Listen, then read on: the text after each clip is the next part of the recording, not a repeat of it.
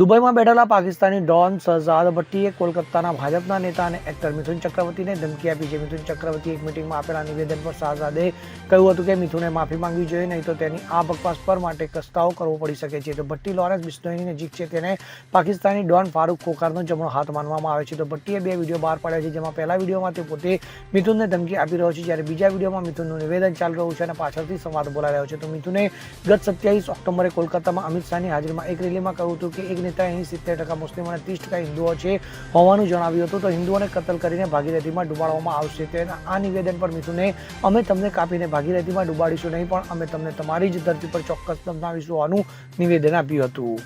Bureau report CN24 news. હવે જુઓ દેશ દુનિયાની તમામ ખબરો તમારી આંગળીના ટેરવે.